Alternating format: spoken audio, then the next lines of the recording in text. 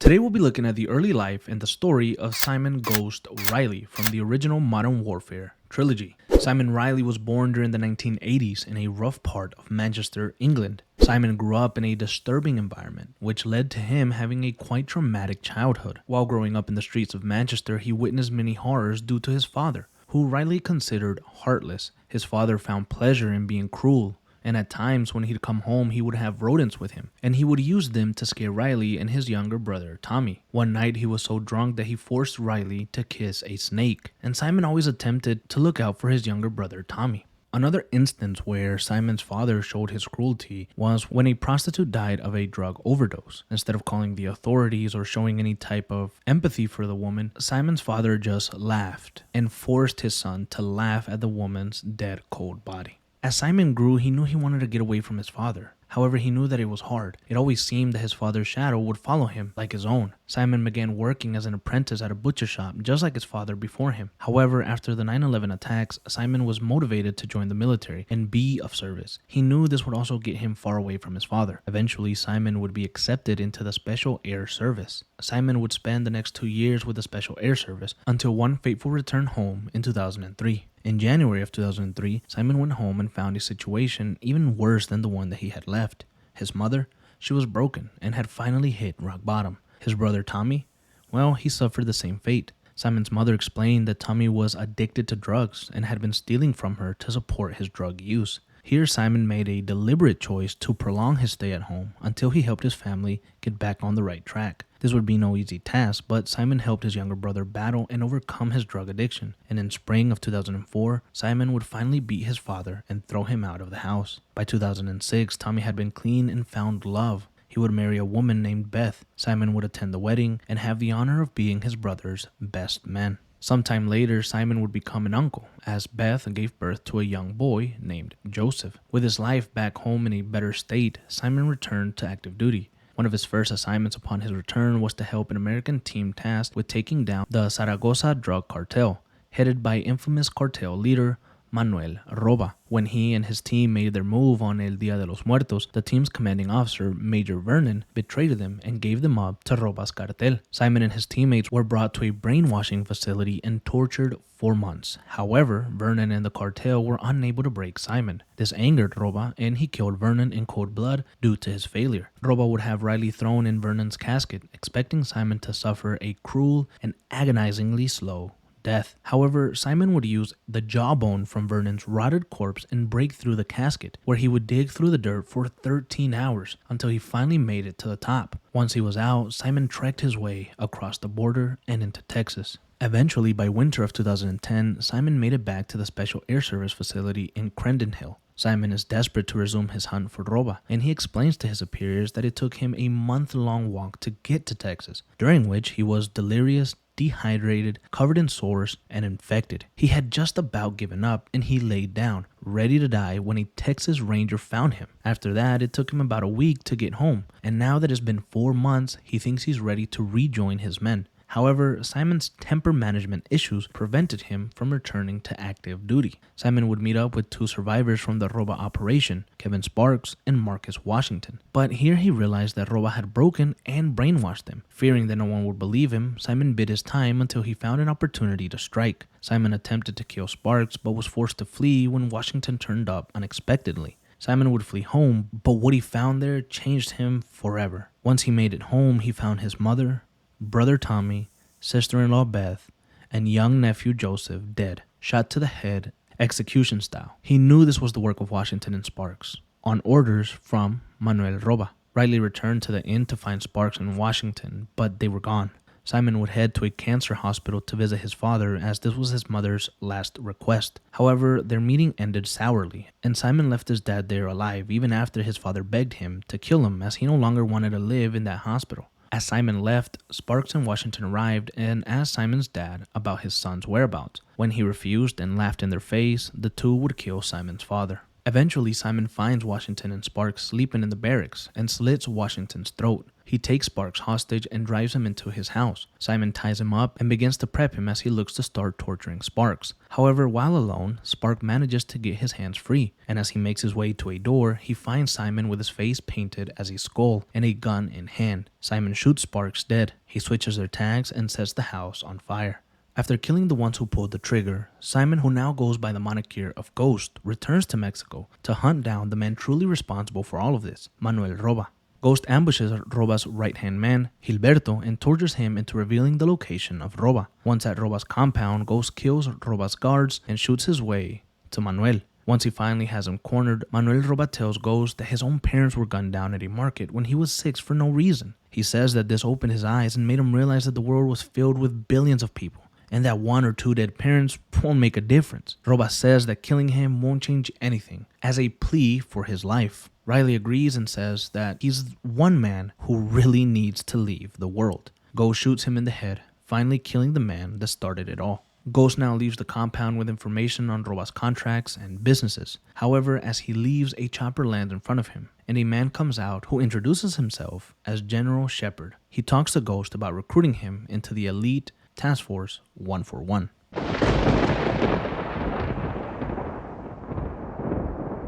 Ghost, now 3 years into his stay with Task Force 141, finds himself in a joint operation with Delta Force, codenamed Operation Kingfish. The point of the op, well, is to hunt down the ultranationalist Vladimir Makarov.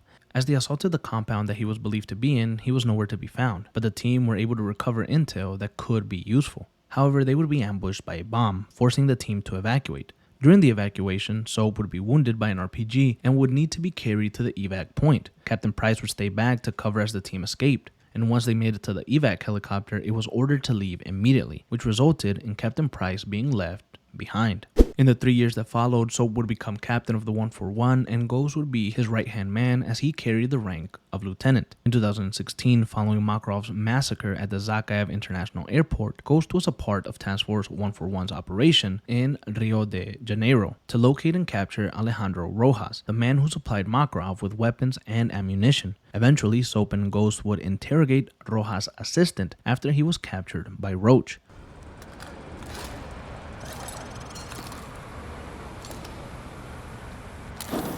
Roach, this is going to take some time. Go with Meat and Royce and check out the favela for any signs of Rojas. That's where this guy is headed. Let's go. Sometime later, Rojas would be captured by Soap and Ghost. Frontrunner, this is Bravo 6. We've got the package. I repeat, we have got the package. Command, ready for dust-off. Send the chopper. Coordinates to FOD. Bollocks! The skies are clear. Send the chopper now! Command's got their head up their ass. We're on our own. However, extraction wasn't possible as comms were down, and after getting what they needed from Rojas, the team narrowly escaped the favela with the help of Nikolai.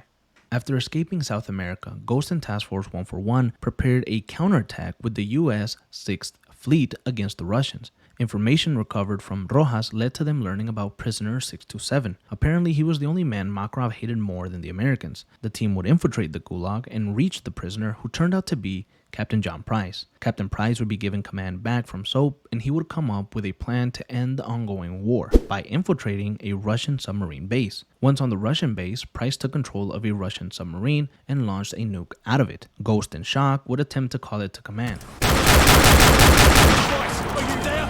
The silo doors are open on the sub. I repeat, the silo doors are opening on the sub. Price, come in! You're opening the silo doors on the sub. Come on, hurry!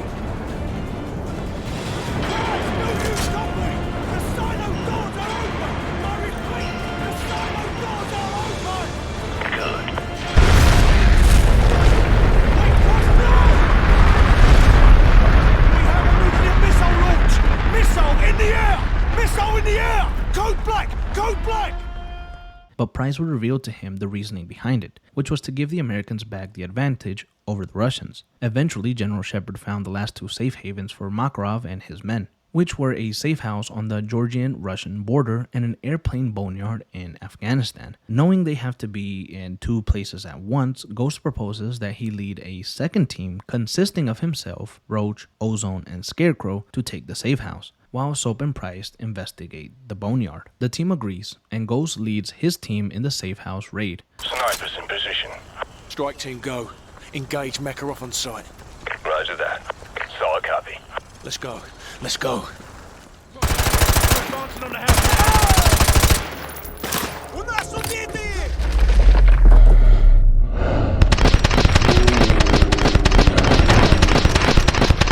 Let's go!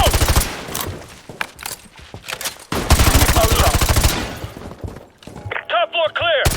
Roger that, top floor clear! Dining room clear! However, Makarov wasn't there, but there was a lot of intel that could be used against him. Ghost relayed this to the general. Shepard, this is Ghost. No sign of Makarov. I repeat, no sign of Makarov. Captain Price, any luck in Afghanistan? Plenty. At least 50 hired guns here, but no sign of Makarov. Perhaps our intel was off. Well, the quality of the intel's about to change. This safe house is a bloody goldmine. Copy that. Ghost, have your team collect everything you can for an operations playbook. Names, contacts, places, everything. We're already on it, sir. Makarov will have nowhere to run. That's the idea. I'm bringing up an extraction force ETA 5 minutes. Get that intel. Shepard out. Roach, get on Makarov's computer and start the transfer. Ozone, you're on rear security. I've got the front. Go. RPG team moving in from the east. Got one. Roger that. RPG team moving in from the east. Enemy fast attack choppers coming in from the northwest. Roger that. Enemy helos approaching from the northwest. We gotta cover the front line. I'm moving to the main windows. Roach, the transfer's complete. I'll cover the main approach while you get the DSM. Move! And after securing the intel, Ghost and his team would attempt to reach the evac zone, but Ozone and Scarecrow would be killed as they made it down the hill. Roach would also suffer an injury as they made it to the bottom, and Ghost would carry him to Shepard as they arrived at the evacuation point. I have a visual on the red smoke. Standing by. Thunder 2-1! Cleared hot! Roger that. Cleared hot. Guns, guns, guns.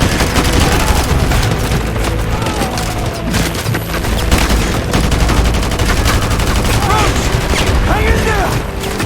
This is Viper 2-6. Stand by for rocket attack. Over. Roger. Hit them hard on that hill. Make sure they're down. Roger, I'm on it. Coming around, heading 250. Almost there! Roger, I got him lined up. Gold Eagle's on the ground. Watch for snipers on thermal. Over.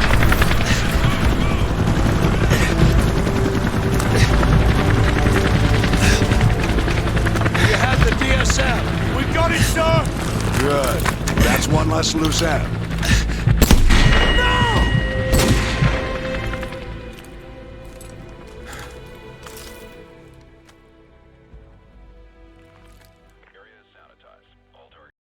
The OG Ghost was a bad man. He suffered a lot as a young kid, but it never stopped him from trying to achieve better things. His life was full of evil, but he managed to find good in it. Ghost redefined a generation and inspired many for years with his brilliant story of resilience, and honestly, I have no doubt that if he had been given a proper fighting chance, he would have killed Shepard and those two shadow operators next to him. The story of a son, a brother, an uncle, the story of a soldier, the story of the Ghost ended here.